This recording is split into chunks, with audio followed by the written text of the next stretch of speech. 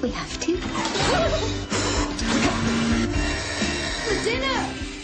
They're all burnt. I think I better make some toast. Who are you? New cleaner.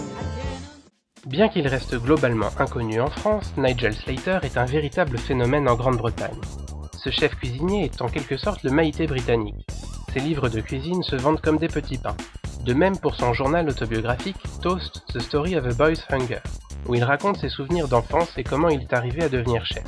C'est donc tout naturellement que son livre se trouve adapté avec Toast, un biopic qui se concentre sur l'enfance du chef et la naissance de sa vocation. Dans les années 50, Nigel Slater, 10 ans, vit dans une petite ville près de Birmingham avec ses parents. La petite famille vit chichement, en raison de la maladie de la mère et de son incapacité à cuisiner correctement. D'où le plat récurrent qui donne son titre au film, des toasts. Nigel rêve donc d'autres horizons culinaires et c'est tout naturellement qu'il tente sa chance en cuisine. Mais ses tentatives, pleines de bonne volonté, tombent mal face aux réflexions désobligeantes de son père.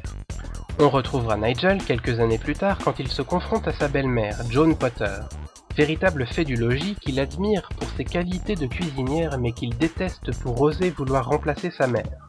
En choisissant la cuisine comme échappatoire, Nigel va initier avec sa belle-mère un véritable combat qui va se jouer à coups de tarte au citron meringué et autres douceurs.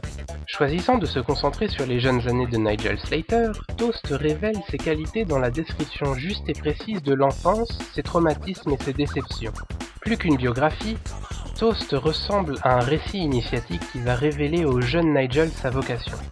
Dans le rôle principal, on découvre pour la première fois le jeune Oscar Kennedy. Du haut de ses 12 ans, celui-ci révèle un sérieux impressionnant dans son jeu.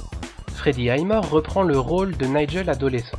Ayant enfin pu s'échapper de la saga Arthur et les Minimoys, on le découvre bien grandi et tout aussi capable, malgré un personnage assez tacite. Quant à Helena Bonham Carter, qui joue la belle-mère du jeune homme, elle est tout bonnement excellente dans ce rôle parfois grotesque de femme de ménage qui réussit à séduire un homme grâce à ses qualités au foyer. Au final, Toast n'est pas un film aussi léger qu'on pourrait le croire en regardant la bande-annonce. Ni larmoyant ni vraiment drôle, Toast alterne les émotions contradictoires sans jamais choisir entre le drame et la comédie, si bien que le tout demeure assez plat en termes d'émotion. On notera ça et là de bonnes idées de réalisation de la part de S.J. Parker, une réalisatrice surtout connue pour son travail sur des séries télé, mais l'effort de réalisation n'est pas soutenu tout au long du film malheureusement. On retiendra donc surtout Toast pour sa description assez juste de l'opposition parent-enfant. Reste un film plutôt correct qui ne marquera cependant pas les mémoires. This is where the magic happens. This is sophisticated cooking, Nigel. I know what you're up to. We're two can play at that game sometime. She's mad. You have to get rid of her, Dad. Just stop it!